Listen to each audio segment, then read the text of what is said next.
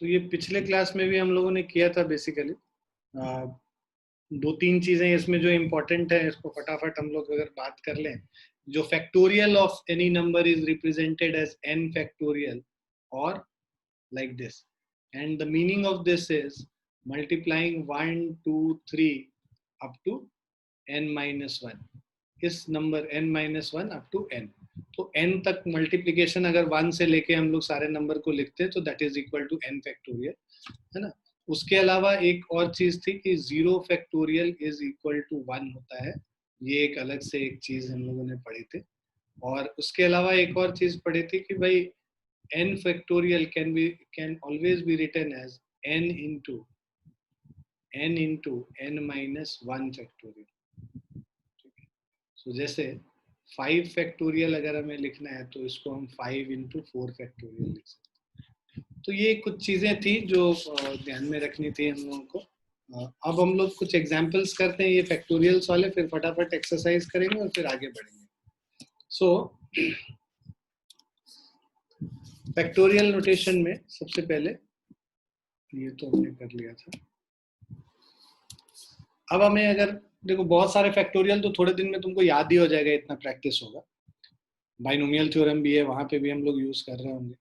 5 factorial को basically हम लोग क्या लिख सकते हैं, 5 into 4 into 3 into 2 into 1। So 5 4s are 20, 60 और ये 120 हो गया। सो 5 फैक्टोरियल इज इक्वल टू 120। ये फर्स्ट पार्ट हो गया। सेकेंड पार्ट में 7 फैक्टोरियल का वैल्यू निकालने बोला है, तो 7 factorial is equal to 7 into 6 into, अब देखो ये पूरा, अब इसको लेके पूरे 5 फैक्टोरियल तक, मतलब 5 into 4 into 3 into 2 into 1। अगर 5 फैक्टोरियल का वैल्यू 120 तुमको याद है तो तुम सीधे इसको लिख सकते हो 7 into 6 into 5 फैक्टोरियल। 120 into 6 720 हो गया, 7 into 720 5040 हो जाए। ठीक है। एक चीज और तुम लोग को ये ध्यान में रखना है यहाँ पे कि आईसीएससी वाले डायरेक्टली कैलकुलेटर यूज कर सकते हो फैक्टोरियल निकालने के लिए। साइंटिफिक कैलकुलेटर में ऑलरेडी फैक्टोरियल के लिए बना हुआ होता है ना। तो आपको 7 करके और शिफ्ट डालोगे उसमें फैक्टोरियल वाले निशान पे, तो वो ऑलरेडी कैलकुलेट करके तुमको दे देगा। ठीक है। तो आईसीएससी में yes. So actually I got disconnected. Can you please tell me what we did right now? We just started with this example. We revised the factorial part which we had done earlier, where n factorial is equal to n into n minus 1 into n minus 2 and so on up to 3, 2 and 1, right? So 1 से लेके n तक जब multiply करते हैं उसको n factorial कहते हैं. That's what we have done. So, and we also discussed that 0 factorial is always 1. 0 factorial is 1. And n factorial can also be written as n into n minus 1 factorial. Right? So these are the three things we discussed just now. And we started these examples. Okay, thank you, sir. Third one is 7 factorial minus 5 factorial. यहाँ already हम लोग calculate किए हुए हैं, तो 5040 minus of 120 कर लेंगे, right? तो यहाँ 20 और 50, तो ये 4920 हो जाए। ठीक है।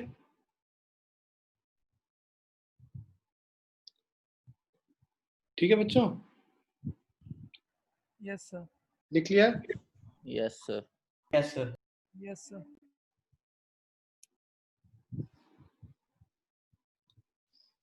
अब ये compute 7 factorial by 5 factorial. So यहाँ पे आप देखोगे 7 factorial by 5 factorial is equal to, इसको आप लोग क्या लिख सकते हैं, 6 into 6, 7 into 6 into 5 फैक्टोरियल लिख सकते हैं, क्योंकि डिनोमिनेटर में 5 फैक्टोरियल ऑलरेडी है तो इसको फर्दर नहीं लिख रहे हैं, जिससे ये दोनों को डायरेक्टली हम कैंसिल आउट कर सकते हैं। 7 6 42 हो जाए। ठीक है, ये फर्स्ट पार्ट हो गया। सेकेंड पार्ट में अगर हम देखते हैं, so this is 12 factorial divided bye 10 factorial into 2 factorial. 12 factorial को हम लोग लिख सकते हैं 12 into 11 into 10 factorial divided bye 10 factorial into 2 factorial. 10 factorial cancel हो गया, 2 फैक्टोरियल 2 इंटू 1 होता है, तो 12 into 11 by 2, so this will be 6, this is 66। Clear है बच्चों? Yes. Yes, sir.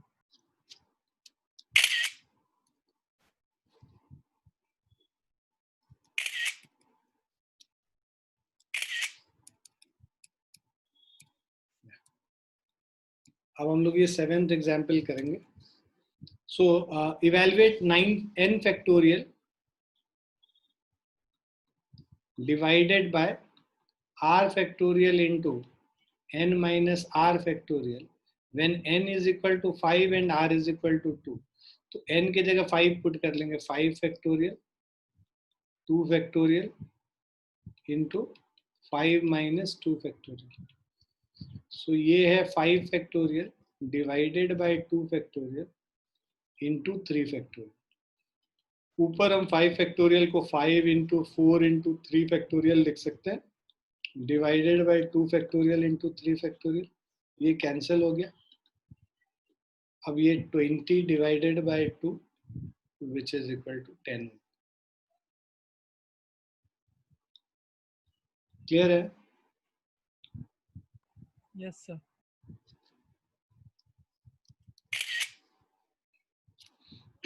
लिख लिया सबने? Yes, sir.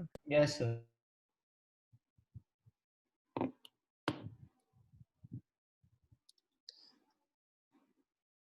8th question, if you see 1 by 8 factorial plus 1 by 9 factorial is equal to x by 10 factorial, find x।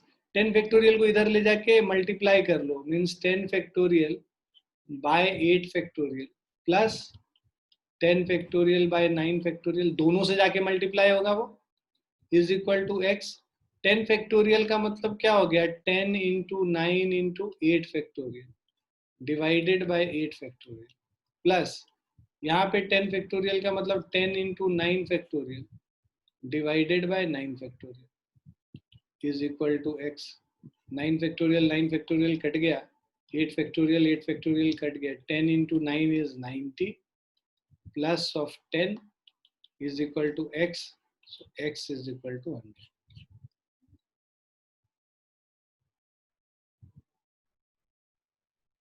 Clear है बच्चों? Yes, sir. Yes, sir.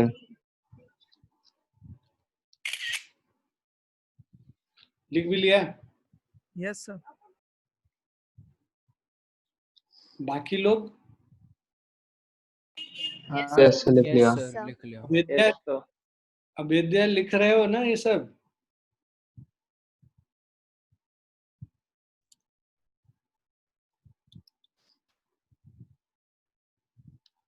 Exercise 7.2 start करते हैं। First का ये first part हमें 8 फैक्टोरियल और 4 factorial minus 3 factorial निकालना है। तो फर्स्ट पार्ट देखोगे, so 8 factorial is equal to 8 into 9 into 7 into 6 5 4 3 2 और 1। सो इसको कैलकुलेट करोगे दिस। सर आपने 9 क्यों लिखा? सॉरी सो 8 फैक्टोरियल अगर कैलकुलेट करोगे तो ये 40320 आता है।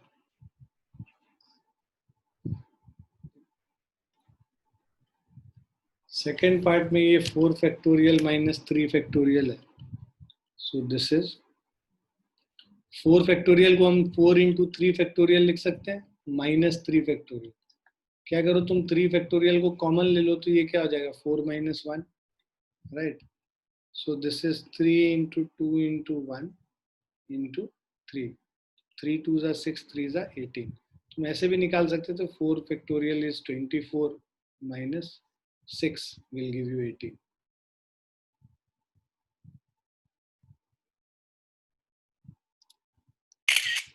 क्लियर है बच्चों? sir. Yes, sir.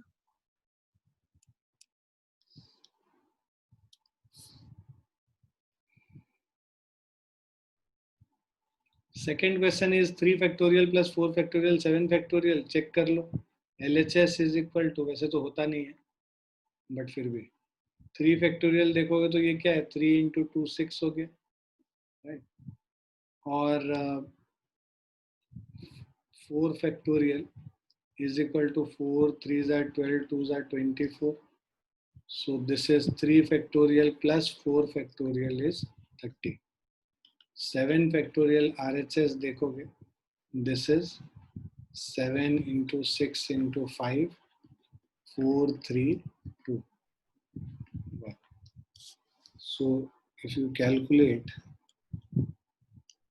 this is 5040. So since LHS is not equal to RHS, hence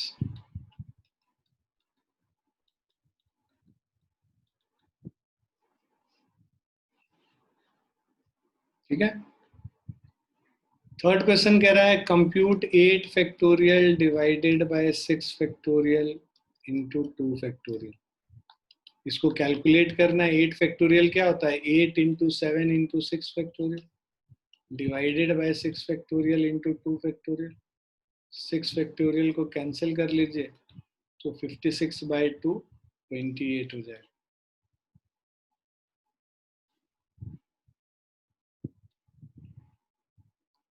fourth अगर हम लोग देखें, we have 1 by 6 factorial plus 1 by 7 factorial is x by 8 factorial.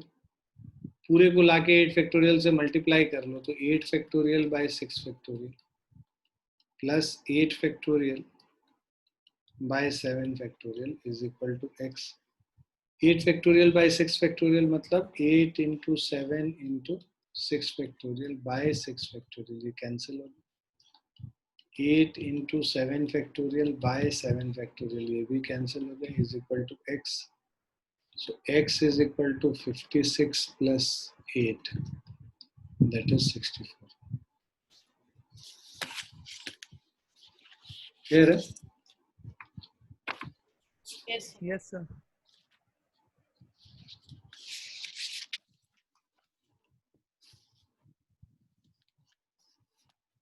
लिख लिया सबने? Yes, sir. Yes, sir. Yes, sir.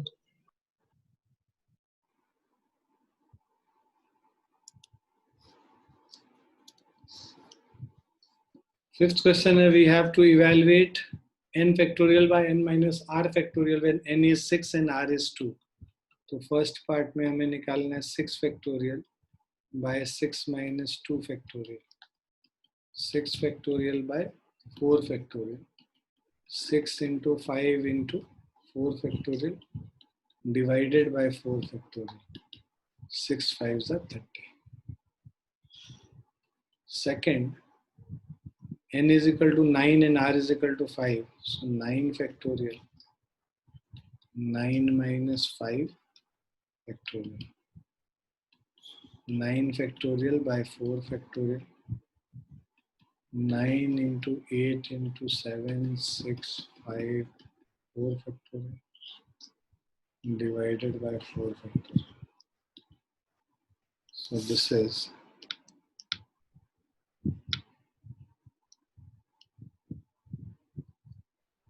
15120. Is it clear?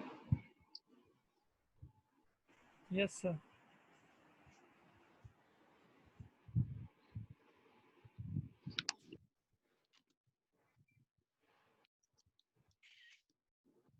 लिख लिया सभी ने? Yes, sir. Yes, sir.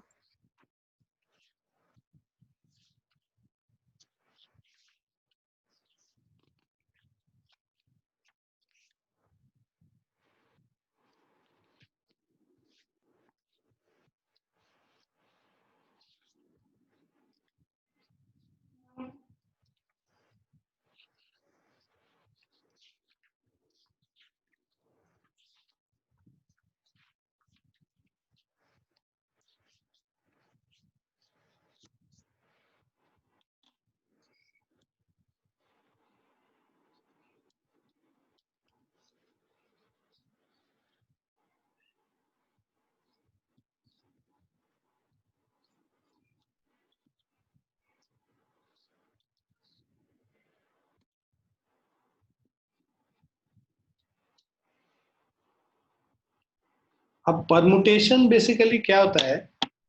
Permutation का मतलब होता है कि अरेंजमेंट। तो अगर हमारे पास n ऑब्जेक्ट्स है, उसमें से r ऑब्जेक्ट को हम सेलेक्ट करेंगे और उसके बाद उसको अरेंज करेंगे, तो इस चीज को हम लोग मैथमेटिकली रिप्रेजेंट करते हैं परमुटेशन से, जिसको हम लोग npr से रिप्रेजेंट करते हैं। ठीक है? सो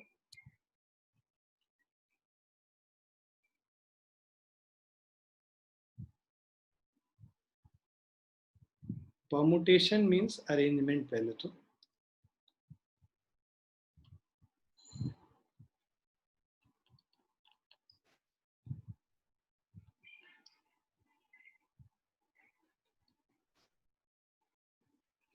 राइट, तो जब भी परमुटेशन की बात आती है मतलब हम अरेंजमेंट करना है हम लोगों को सारे डिस्टिंक्ट ऑब्जेक्ट्स का। अरेंजमेंट तो तुम डिस्टिंक्ट ऑब्जेक्ट्स का ही कर सकते हो।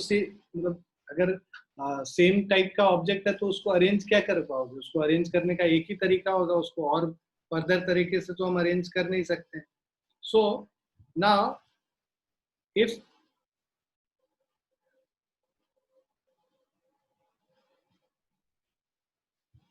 if n and r are positive integers,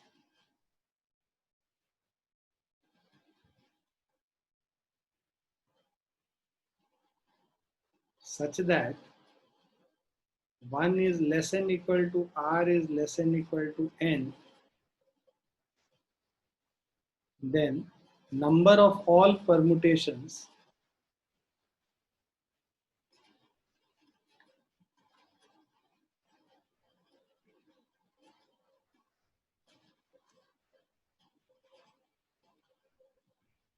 of n distinct things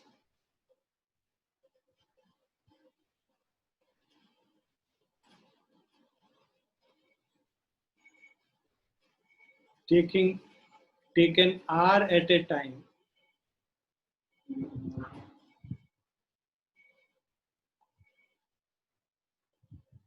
is denoted by, दो तरीके का सिंबल होता है, एक या तो p n r ऐसे करो या फिर n p r। तो हम लोग ये जनरली यूज करते हैं। n सुपरस्क्रिप्ट हो गया और p और उसके बाद सबस्क्रिप्ट में r यूज करते हैं, n p r। ठीक है? सो n p r means total number of permutation of n things taken r at a time. So NPR is total number of permutations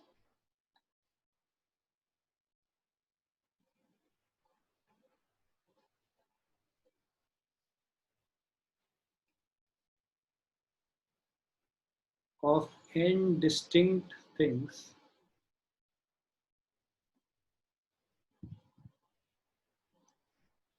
taken r at a time.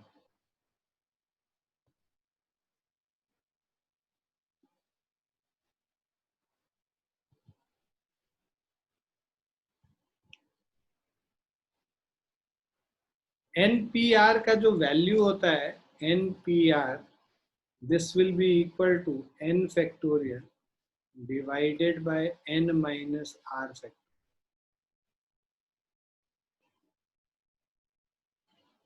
So NPR is equal to n factorial by n minus r factorial. ठीक है?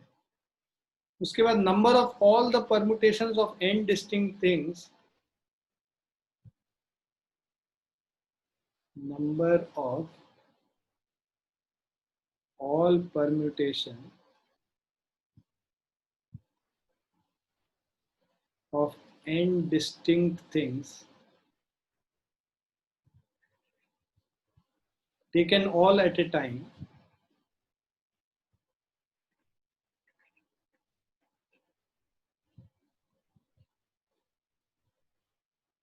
is given by n factorial. आता कैसे है? देखो, सारे object को साथ में ले लोगे तो npn हो जाएगा। npr number of permutation of n distinct thing taken r at a time. मैं कह रहा हूं n डिस्टिंक्ट थिंग का permutation taken all at a time. All at a time means npn हो जाएगा। npn का मतलब n factorial by n minus n factorial, तो ये क्या हो गया n factorial by 0 factorial, 0 factorial 1 होता है, तो n factorial by 1 which is n factorial. So number of permutation of n distinct things taken all at a time is always n factorial.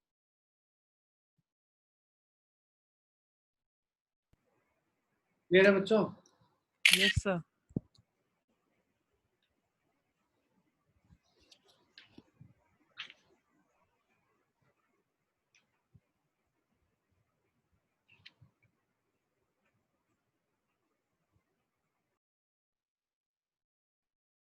लिख लिया सबने? Yes, sir. Yes, sir. Yes, sir. Yes, sir. Next है permutation under certain conditions.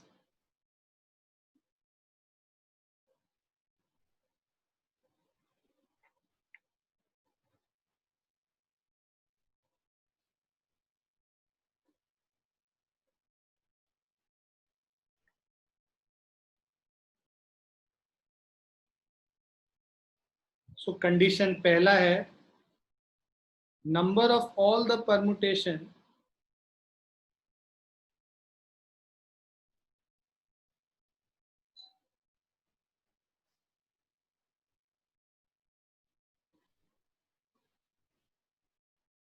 number of all permutations of n different objects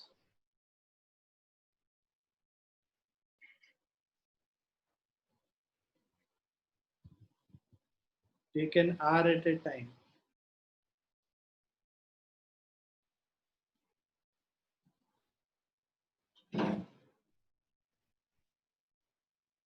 when a particular object,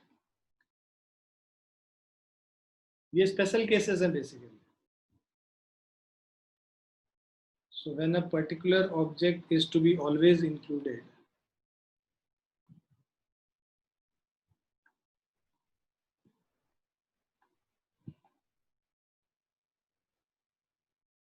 in each arrangement,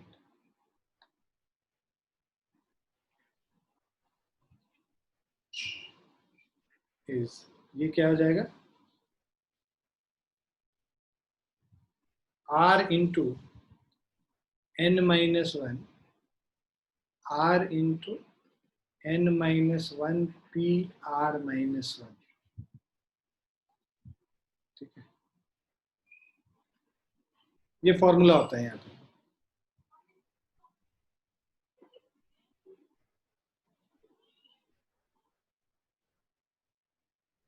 देखो r object हम ले रहे हैं, eight a time निकाल रहे हैं, उसमें एक ऑब्जेक्ट को हमेशा इंक्लूड करना है, तो वो जो ऑब्जेक्ट हमेशा इंक्लूड करना है उसको सेपरेट कर लो. बच गया क्या हमारे पास n माइनस 1 ऑब्जेक्ट बच गए, n में से 1 ऑब्जेक्ट को सेपरेट कर लिया जिसको हमेशा इंक्लूड करना है, बच गया n माइनस 1 और उसको r माइनस 1 उनमें से r माइनस 1 सेलेक्ट करके n माइनस 1 से r माइनस 1 को सेलेक्ट करके अरेंज कर लेंगे, वो n minus 1 p r minus 1 ways में हो जाएगा. और एक जो तुमने सेलेक्ट करके रखा है उसको उस r माइनस 1 के मान लो हमारे पास 3 ऑब्जेक्ट है, 1 2 3, इसको अरेंज कर दिया है. अब एक ऑब्जेक्ट और हम अलग से लेके आते हैं, उसको या तो हम यहाँ पे रख सकते हैं, यहाँ रख सकते हैं, यहाँ रख सकते हैं और यहाँ रख सकते हैं. 4 जगह है इसके पास आने के लिए. आ रहा समझ? तो जितने ऑब्जेक्ट को अरेंज किए उससे एक ज्यादा जगह है. तुमने r माइनस 1 ऑब्जेक्ट को अरेंज कर लिया है n minus 1 P R minus 1 से, तो एक एक्स्ट्रा जगह जो फिल हो रहा है मतलब r माइनस 1, तो एक एक्स्ट्रा मतलब r माइनस 1 प्लस 1 कर दोगे तो r प्लेसेस उसके लिए जो एक सेपरेट ऑब्जेक्ट तुमने सेपरेट किया था उसके लिए ये r ऑब्जेक्ट r प्लेसेस है. तो r into n minus 1 P R minus 1 number of all the permutation of n different object. तुम याद भी कर सकते हो, मैं समझाने की कोशिश कर रहा हूँ कि तुमको याद ना करना पड़े. अगर याद करना है तो इसको याद भी कर सकते हैं, फॉर्मूला है, याद ही करना है बेसिकली. अगर भूल जाओ तो थोड़ा सा ऐसे ध्यान में रख सकते हो कि एक ऑब्जेक्ट को जिसको हमेशा इंक्लूड करना उसको हटा के बाकियों को अरेंज कर लो और उस ऑब्जेक्ट को फिर फर्दर r प्लेसेस में कहीं पे भी पुट कर सकते हो, तो r इंटू ये. क्लियर है? Yes, sir. सेकेंड वाला कह रहा है number of permutation of n distinct objects, number of permutation of n distinct objects taken r at a time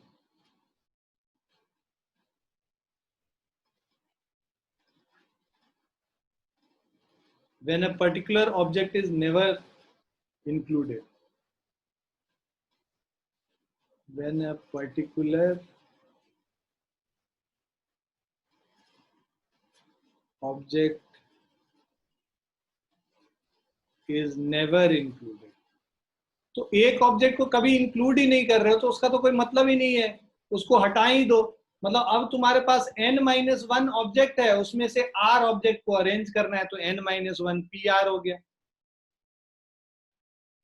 देखो n ऑब्जेक्ट था, उसमें से r को एक साथ लेके अरेंज करना था, npr वेज में कर रहे थे. अब तुमको कंडीशन दे रहा है कि one particular object is never included, तो उसको हटा लो.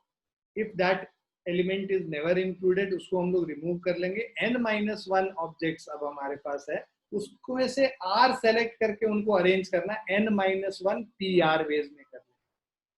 क्लियर है सभी को? देखो समझ के फॉर्मूला लिखोगे तो तुम्हारे लिए इजी रहेगा याद करना और आगे उसको अप्लाई करना.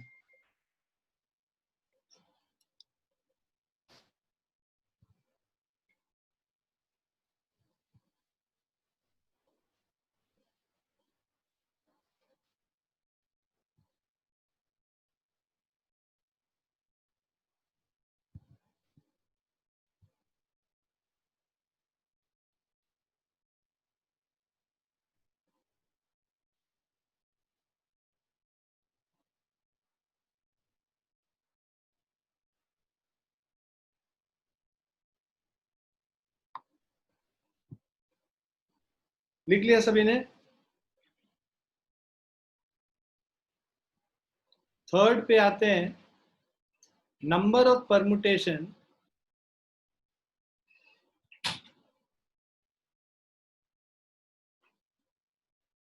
of n different objects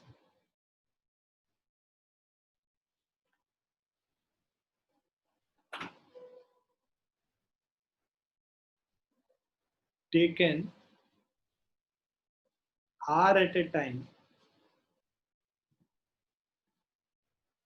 So number of permutation of n different objects taken r at a time in which two specified objects always occur. In which two specified objects always occur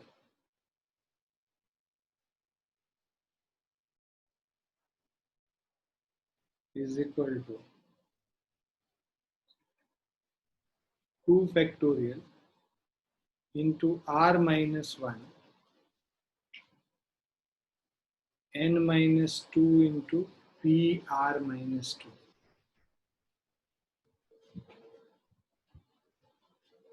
ये formula है.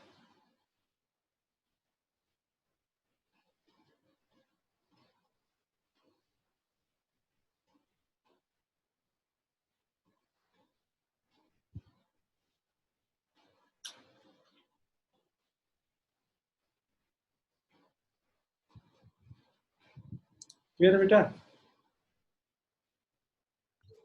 Yes, Yes, sir. sir.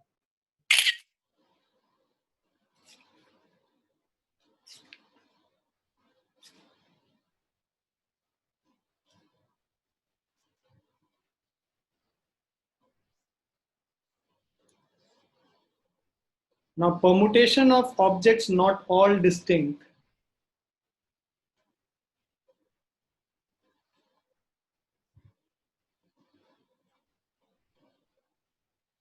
permutation of objects when all the elements are not distinct, when all the objects are not distinct.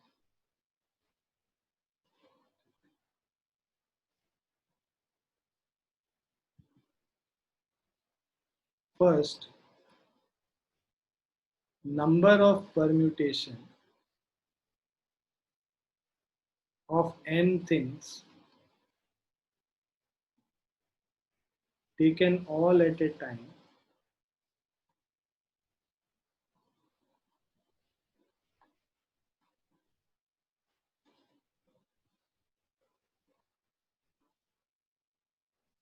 of which P are alike of one kind, Q are alike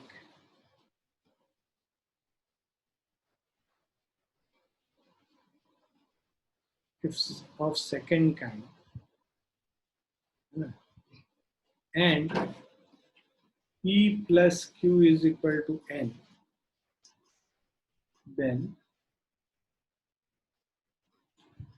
it is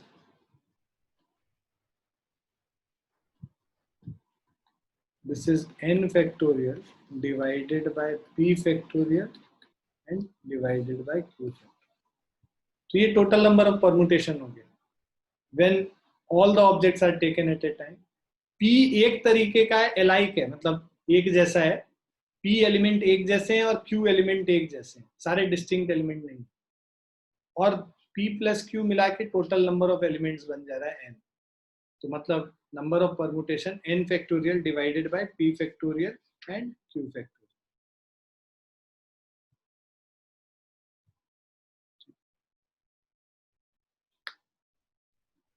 इसी को अगर हम लोग generalise कर लेंगे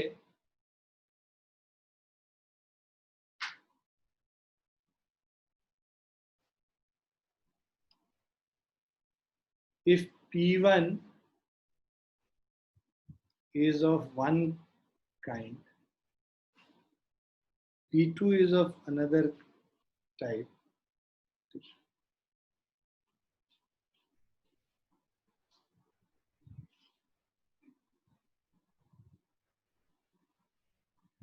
p1 are alike of one kind,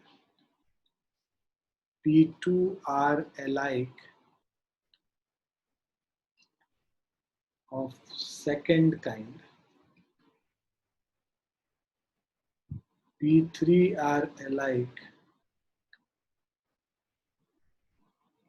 of third kind, and so on. So number of permutations is n factorial, p1 factorial, p2 factorial, p3 factorial, and up to pn factorial. ठीक है, सारे अलग अलग type के हैं, या P R factorial कर लो, are अलग अलग तरीके. क्लियर है? Yes, sir. अब एग्जाम्पल्स करेंगे. लिखिए सबने. Yes, sir.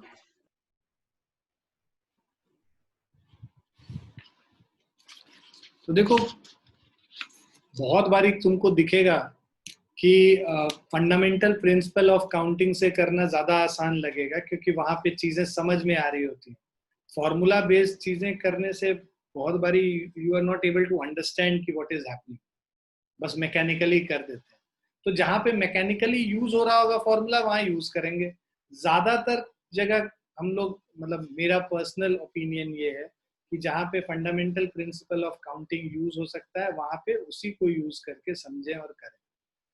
जहाँ पे नहीं यूज हो सकता है, फॉर्मूला डायरेक्टली दिख रहा है, जैसे ये सब जो फॉर्मूलेज हैं, ये सब का डायरेक्ट एप्लीकेशन तुम्हें दिखेगा. जहाँ दिखेगा डायरेक्ट एप्लीकेशन, वहाँ फॉर्मूला यूज करो. वहां पे फिर हम लोग को ये यूज करने की जरूरत नहीं है, फंडामेंटल प्रिंसिपल ऑफ काउंटिंग. ठीक है?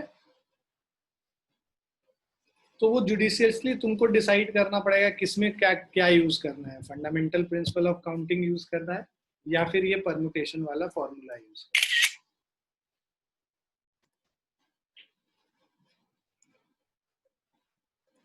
ये सब ऑलरेडी हम लोग कर लिए.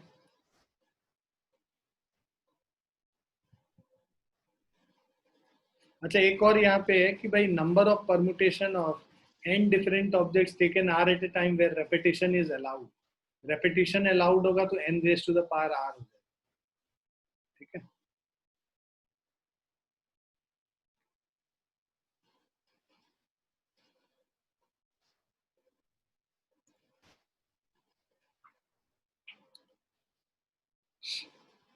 अब यहाँ पे कह रहा है find the number of permutation of the letters of the word Allahabad. तो अब ये देखो हमारे पास ये जो लेटर्स हैं इसमें ए कितने टाइम आ रहा है, 1 2 3 और 4. तो अल्फाबेट ए 4 टाइम्स आ रहा है. एल कितने बारी आ रहा है, 2 टाइम्स आ रहा है. अल्फाबेट एल 2 टाइम्स आ रहा है. ठीक है. उसके बाद फिर सारा डिस्टिंक्ट है. एक एच एक बारी आ रहा है, बी एक बारी आ रहा है और डी एक बारी आ रहा है. 4 2 7 प्लस 3 10. तो देख लो सारा 10 है कि नहीं. 3 3 6 3 9 सॉरी 4 2 6 प्लस 3 9 था और यहाँ पे भी 9. So all included. नाउ हमारे पास टोटल नंबर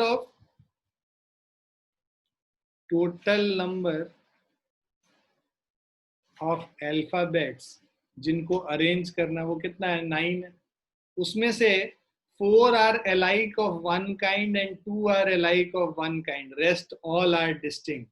तो फॉर्मूला क्या लगाएंगे, n factorial by p factorial and q factorial. This is the total number of permutation.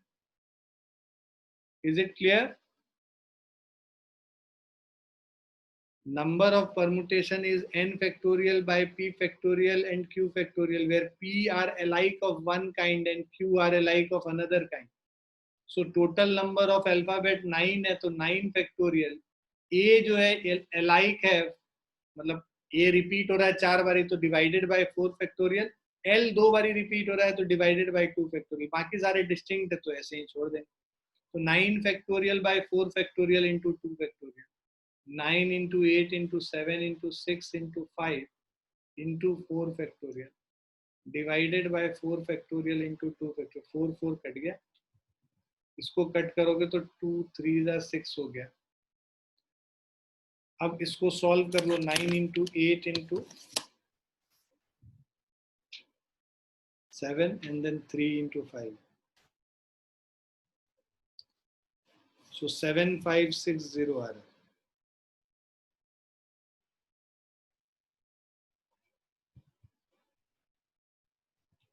सबको आ गया समझ? Yes, sir. Yes, sir.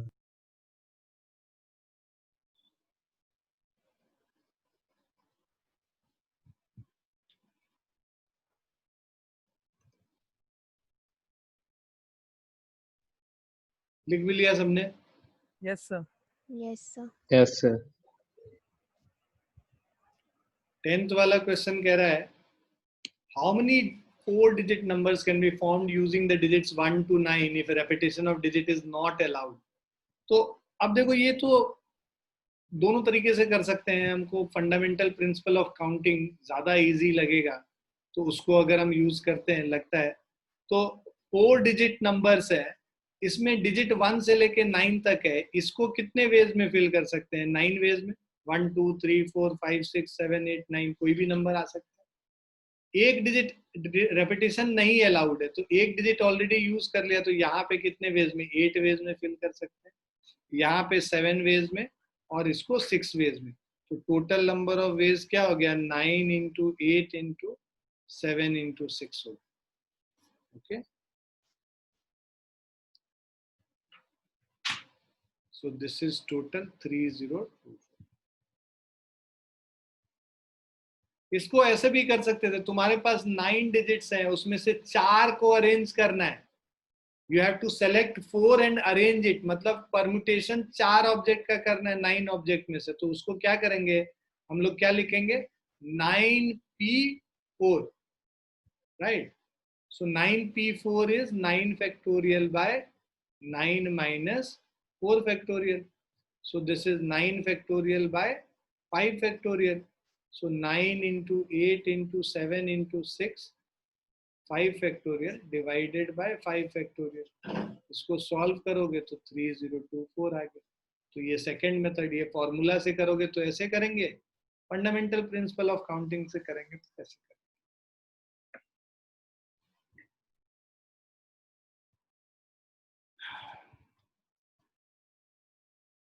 Clear है बच्चों? Yes, sir.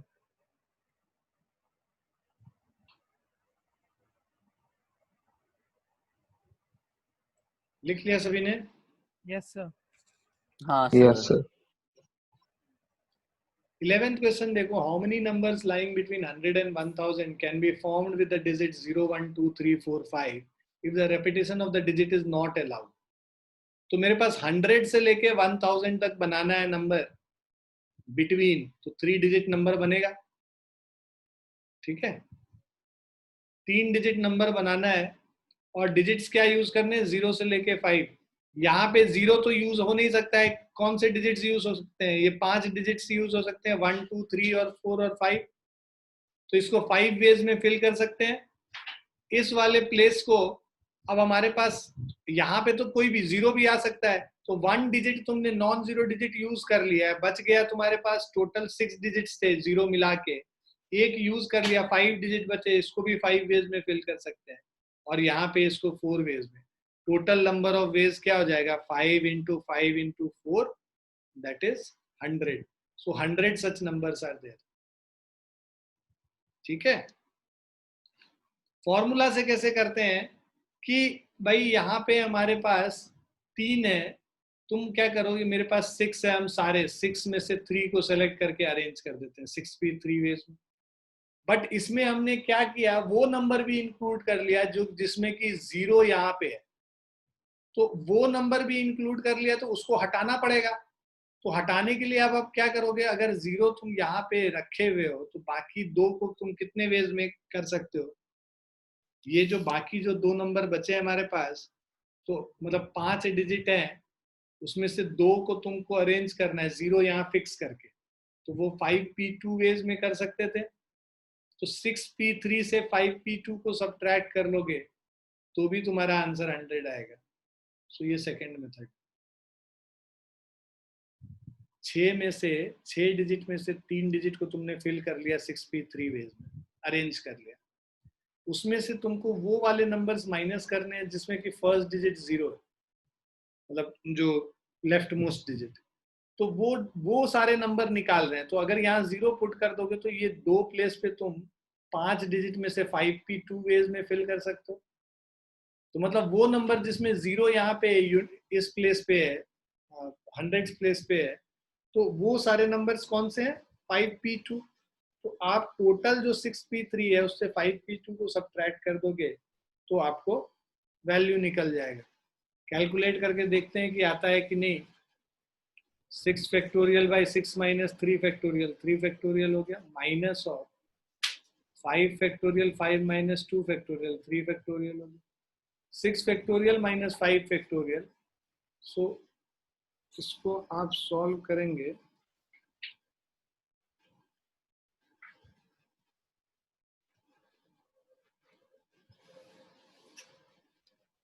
$720 minus 120 divided by 3 into 2.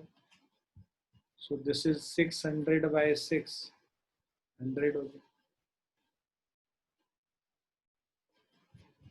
Clear है बच्चों?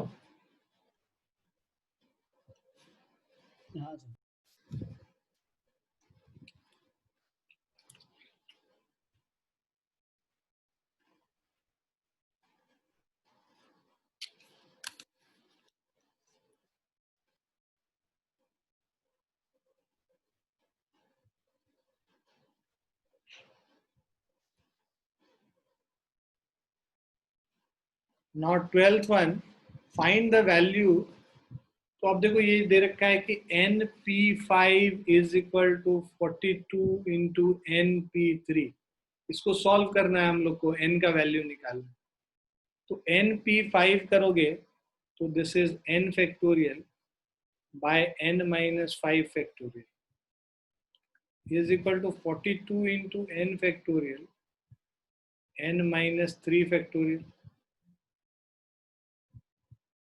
ठीक है।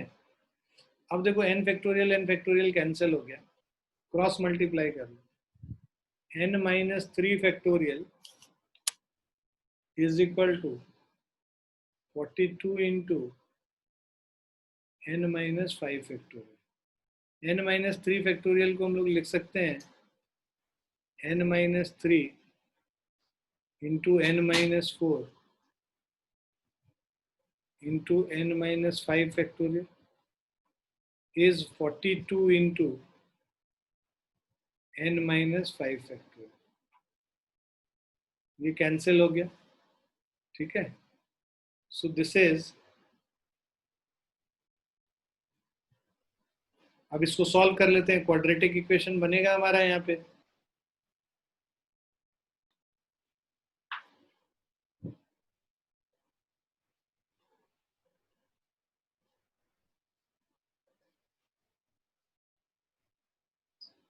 तो इसको हम लोग सॉल्व करेंगे, तो n square minus 3n minus 4n plus 12 is 42, n square minus 7n minus 30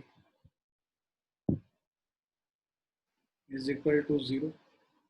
सो इससे हमारा आ जाएगा n square minus 10n plus 3n minus 30 is 0। n common ले लो, n minus 10 plus 3n minus 10, n plus 3 into n minus 10। n का value negative हो नहीं सकता है, तो n is equal to minus 3 आ रहा है और n इज इक्वल टू 10 आ रहा है। माइनस 3 हो नहीं सकता है, कैंसिल कर लो, n is equal to 10।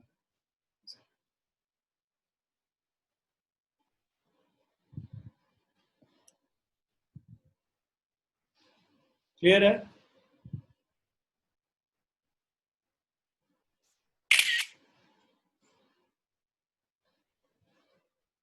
Clear है बच्चों? Yes, sir. Yes, sir. Sir, I didn't understand the third step. Which step?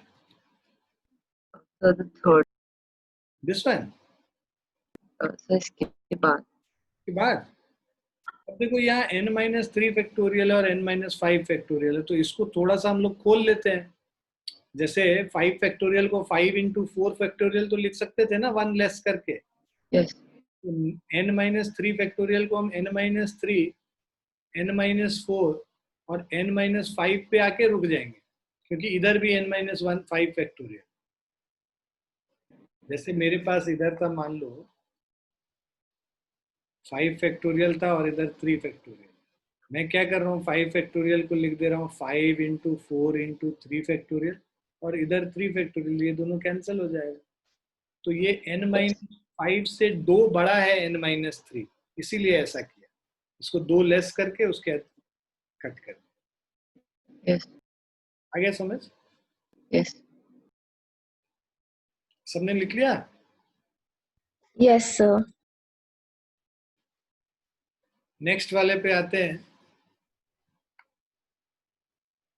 np4 divided by n minus 1 p4 is equal to 5/3। तो np4 का मतलब होता है n factorial by n minus 4 factorial divided by n minus 1 factorial n minus 1 minus 4 factorial is equal to 5/3। इसको हम लोग लिख सकते हैं, n फैक्टोरियल को हम लिख सकते हैं n into n minus 1 factorial, और यहाँ पे n माइनस 4 फैक्टोरियल है, उसको n minus 4 into n minus 5 factorial लिख सकते हैं, एक लेस करके। n माइनस 1 फैक्टोरियल वैसे ही छोड़ देंगे, और यहाँ पे n माइनस 5 फैक्टोरियल, ये इसके साथ कैंसिल, ये इसके साथ कैंसिल, 5/3। क्रॉस मल्टीप्लाई कर लोगे, 3n is equal to 5n minus 20, n minus 4 आके इधर मल्टीप्लाई हो गया, so 2n is equal to 20, n is equal to 10 हो गया। क्लियर है बच्चों? Yes, sir. Yes. So will stop here today. अभी मैं एक शीट भेजूंगा तुम्हें परमुटेशन के पहले वाले एक्सरसाइज पे बेस्ड, मतलब फंडामेंटल प्रिंसिपल ऑफ काउंटिंग पे बेस्ड. ठीक है, तुमको फॉर्मूला आसान लगता है और वो अप्लाई कर सकते हो, वो करो, मतलब कोई भी मेथड यूज कर सकते हो, बट उसको करके हमको भेज देना फिर. ठीक है.